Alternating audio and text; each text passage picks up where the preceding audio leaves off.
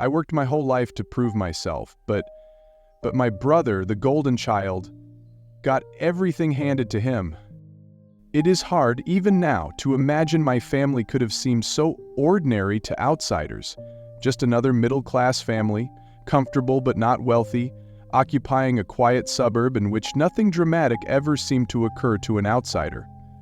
Dad, Jose, puts a lot of hours in at the auto shop, working hard to keep things running and manage the cars. Mom, Julie, ran the house like it was her job, everything from bills to dinners.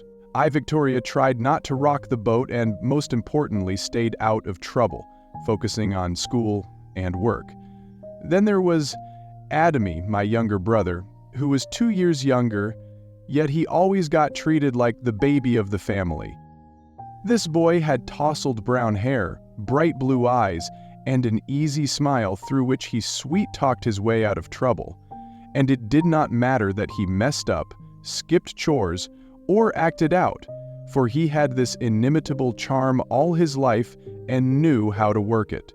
Boys being boys, and somehow, it was my fault.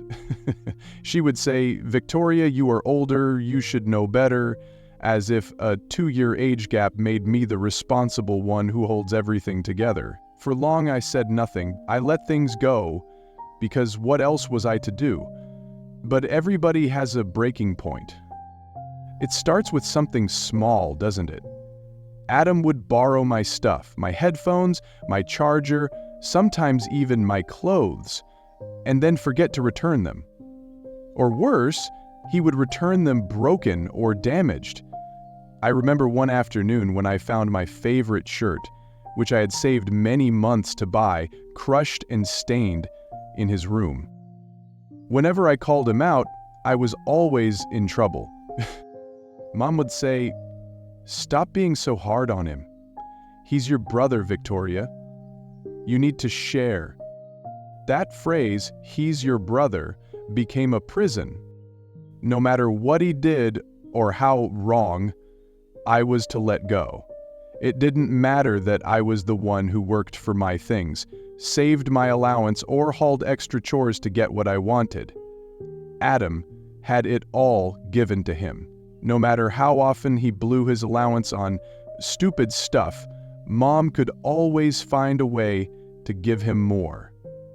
When I turned 16, I had saved, scrounged, and begged nearly $2,000 to buy myself a used car. As long as I can remember, I worked babysitting, mowing lawns, and doing odd jobs for neighbors. That wasn't easy, and I am proud of my accomplishments. I had my eye on what older Ford's dad said was a good deal. Of course, it wasn't fancy, but it would be mine. The money had been in a lockbox, tucked away in my closet, presumably safe.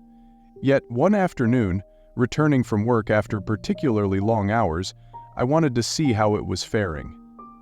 I opened the closet and pulled out the lockbox, and instantly my heart almost stopped. It was dented, and its latch was broken.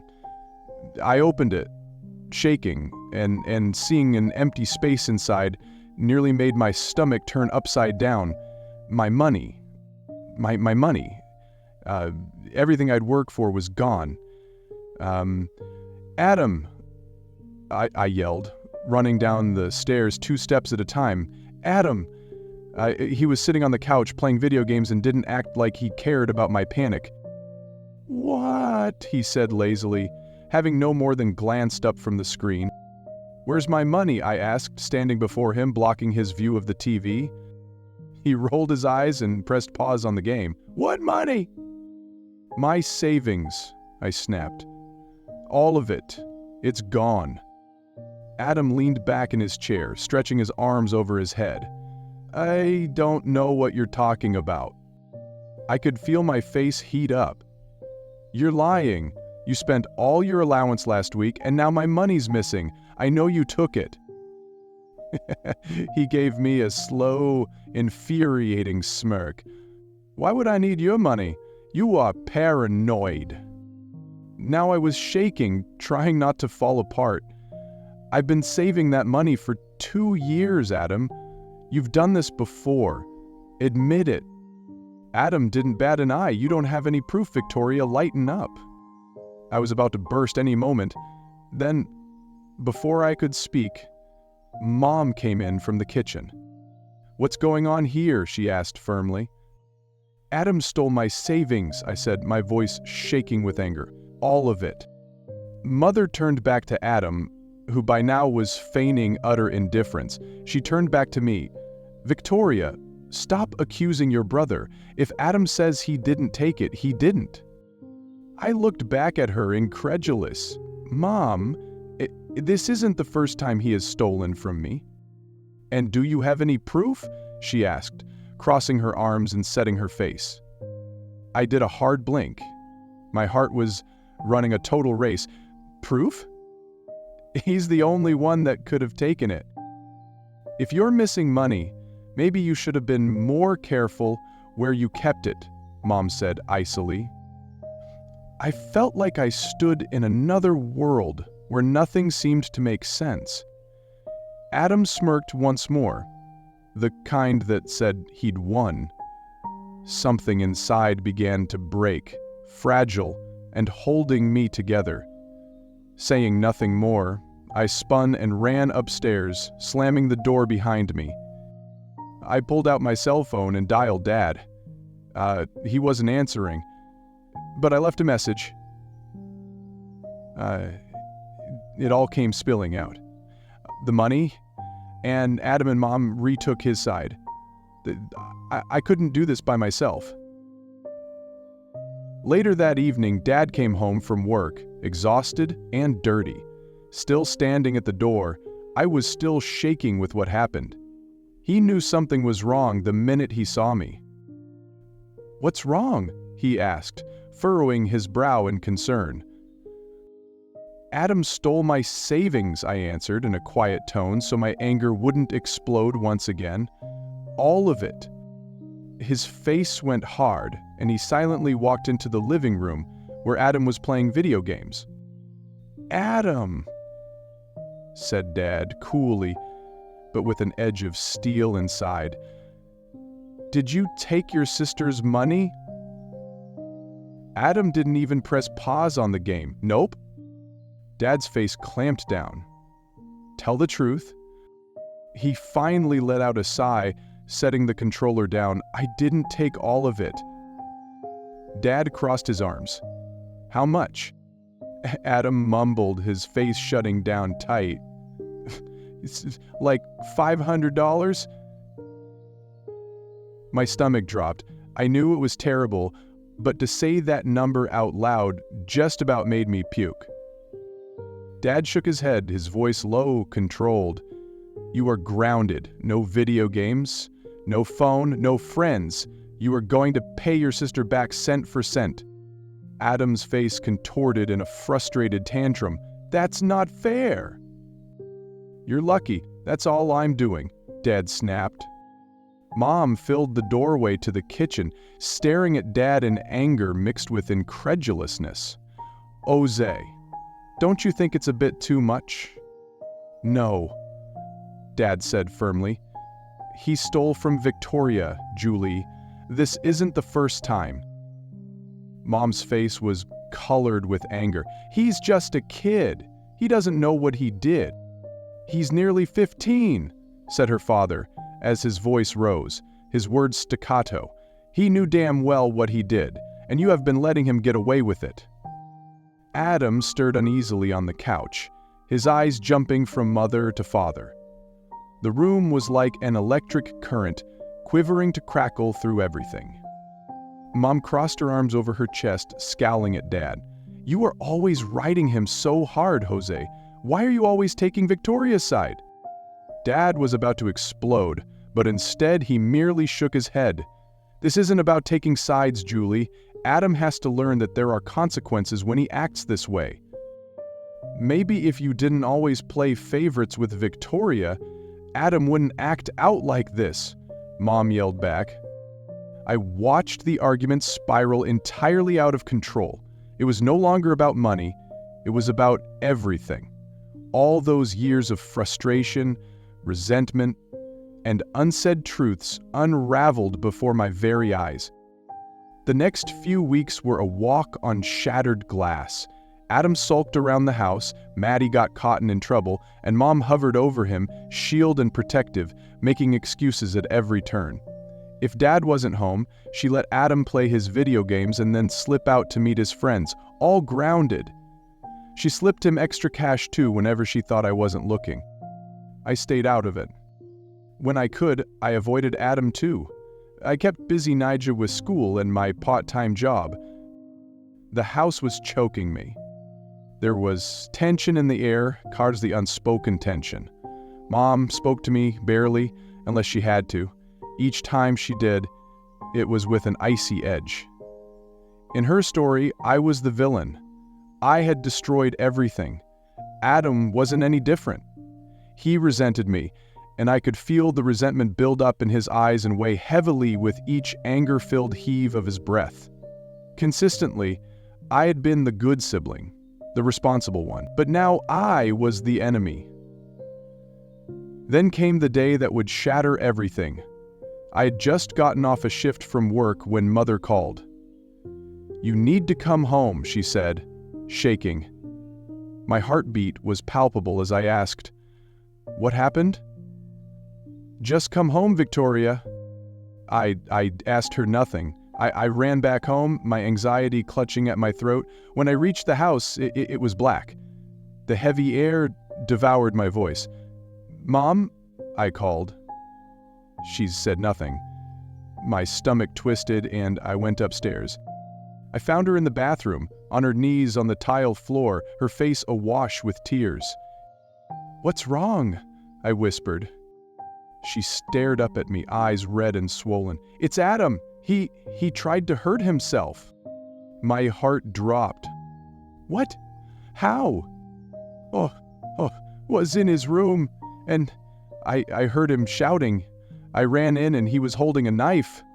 I have no idea what he had been thinking." Her voice cracked and she burst into my arms, sobbing uncontrollably. I held her while my head spun. "Where is he now?" "I called the ambulance," she managed to stammer between sobs. "They're on their way." I put my shoulder in front of hers as my heartbeat pounded against my chest. "Mom, you need to talk to him. You need to help him." She shook her head, her hands trembling. "I don't know how to help him, Victoria." I knelt beside her, feeling a well of emotion rise in fear, anger, and confusion. I'd never seen Adam that way before. Light-hearted, charismatic. My brother. Lost in some kind of darkness I couldn't fathom. The ambulance finally came, and in a split second, the paramedics entered. They immediately measured Adam's vitals and talked to Mom, who was shocked. I stepped back and watched them work so well together. In my heart, this didn't feel right because of my brother.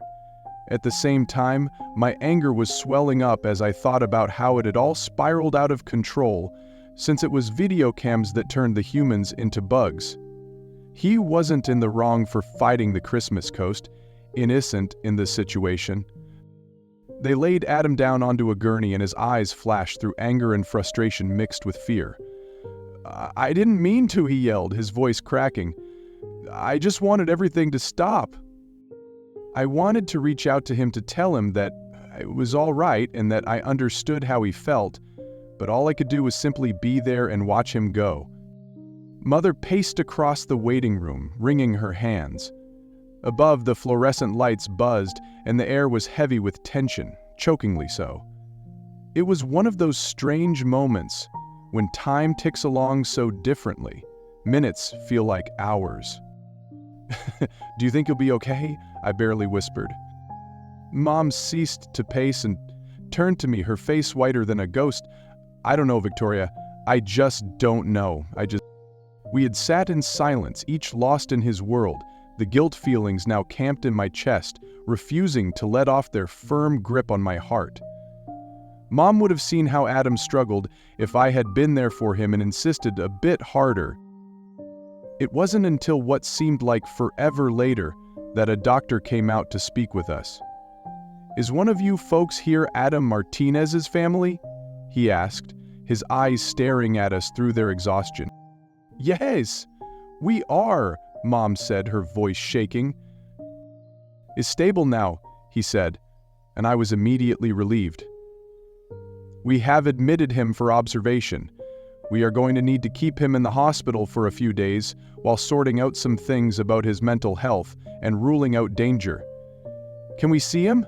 I asked. My heart was racing. "Not at the moment," he said. "He is in a room and we are monitoring him closely. We shall let you know when visitors are possible." I turned to go, but frustration swirled from my gut. "Wait!" I called out, louder than I had intended. "What happened? What did he say?" The doctor suddenly turned to us, stopping in his way. He was upset. He felt overwhelmed, like nobody would listen to him. "It's not atypical for young people if they feel nobody will listen to them." I bit my lip, fighting my crying. "Is there something we can do?"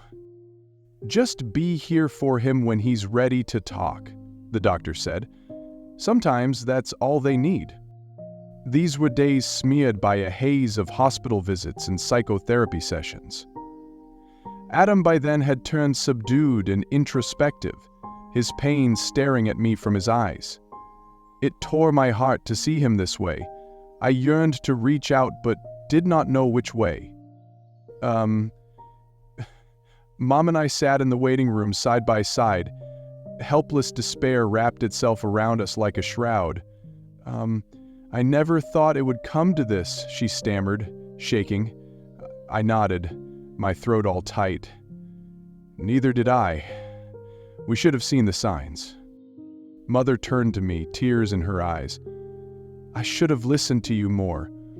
I let my worries blind me, and I didn't see how much he was suffering." "It is not your fault alone," I said softly. "I didn't realize how bad it was either. I thought he was just acting out, you know? I didn't think he was actually hurting." Mom nodded, wiping at her eyes. "I want to fix this, Victoria. I don't want to lose him." "We won't lose him," I said, trying to sound far more confident than I felt. "He just needs help." Everything was so very different when Adam was finally discharged. He was quieter and more introspective, and I could tell he struggled to get back into the pace of life. We sat next to each other in the living room, the silence strained. "Are you all right?" I finally asked, breaking the silence. Adam shrugged, staring down at the floor. "I'm here if you want to talk," I said softly. He looked up, and behind his eyes, surprise flickered. "Really?" "Yeah, I know things have been rough between us, but I want to help you." He faltered, his fingers tapping nervously on the armrest. I don't know what to say." "Just tell me how you feel," I urged. "I want to understand." Then he took a deep breath, and his eyes shifted. "I feel lost. I felt like I could handle it all for a long time, but it kept piling up and I did not know how to ask for help." "I should have seen it," I said, with my share of guilt. "I was so taken up with my own problems that I didn't realize how much you were hurting." "I thought you'd hate me for being such a screw-up," he said, in a voice little above a whisper. "It felt like you had everything together while I couldn't even get my life straight." I shook my head. I don't have it all figured out, Adam. I just pretend like I do. We're both struggling. We always have been. But that doesn't mean we need to be alone in it." He stared at me, and for the first time in ages, there was a spark of hope in his eyes. "You mean that?" "Of course," I said, my heart swelling. We're family. We need each other." Adam nodded sluggishly, a small smile breaking through his sadness. "Thanks, Victoria. Really, I want to try and be better." "Me too," I said, squeezing his hand. Day after day, little by little, Adam and I began to remember what brotherly love was. We finally started talking a lot more with one another, and shared feelings about rebuilding our bond, little by little. After all, he was my little brother, just a kid who, with his infectious laughter, could brighten up even the worst days. Mom was helping too. Family therapy had taught her how to speak with us kids. The fights were still there, mostly between Mom and Dad, but we learned to dance with chaos. One evening, we sat and watched TV when I suddenly realized that Adam was playing some old home video on his phone, playing us kids in the yard. He smiled. Really smiled for a change. Remember that time we made that fort and pretended like it was a spaceship? He laughed, a deep, rumbling sound full of nostalgia lacing his tone. Yeah, and how we got into so much trouble for taking all the blankets out, I chuckled. I think we even had Mom convinced we were gonna fly it to Mars, he said, grinning. Good times, I said, my chest warmed. We should make a new fort sometime. He turned to me. Surprise danced in his eyes. Really? You'd want to do that? Definitely, I said. I think we need some fun, right? Yeah, I could do that, he whispered, his smile building. Weeks slowly turned into months, and while things weren't perfect, they weren't as bad anymore. Adam was continuing to see his therapist, and I began opening up with him about myself and my struggles. We started relying on each other, taking comfort in knowing we had been through so much together. One night, when I was really suffering at school, I related to him my terrors and insecurities. Sometimes I feel not good enough, I whispered, shaking. Adam looked at me with a severe expression. Victoria, you're one of the most potent people I know. You're always there for others when they need you, and you don't have to be brave all of the time. His words felt like fire in my heart. Thanks, Adam. I guess, I just don't want to disappoint anyone. We're not perfect and that's okay, he said. We'll learn as we go. Suddenly I remembered how much time had lapsed. There was no longer a brother and sister, we were a team. We had faced an abyss and survived the fallout, knowing that sometimes the way to get strong is through a wound, and allowing yourself to open up was the best way to heal an unhealable wound. Far from over, at least our journey has taught us to face different trials as one. We realized it is not wrong to lean on each other, sharing all the weight within our burdens. I was grateful for the bond we had forged, one bonded on honesty, understanding, and love. I looked at Adam, knowing this was something we both were in. It wouldn't always be easy, but at least I knew he would have my back and vice versa. And that was enough.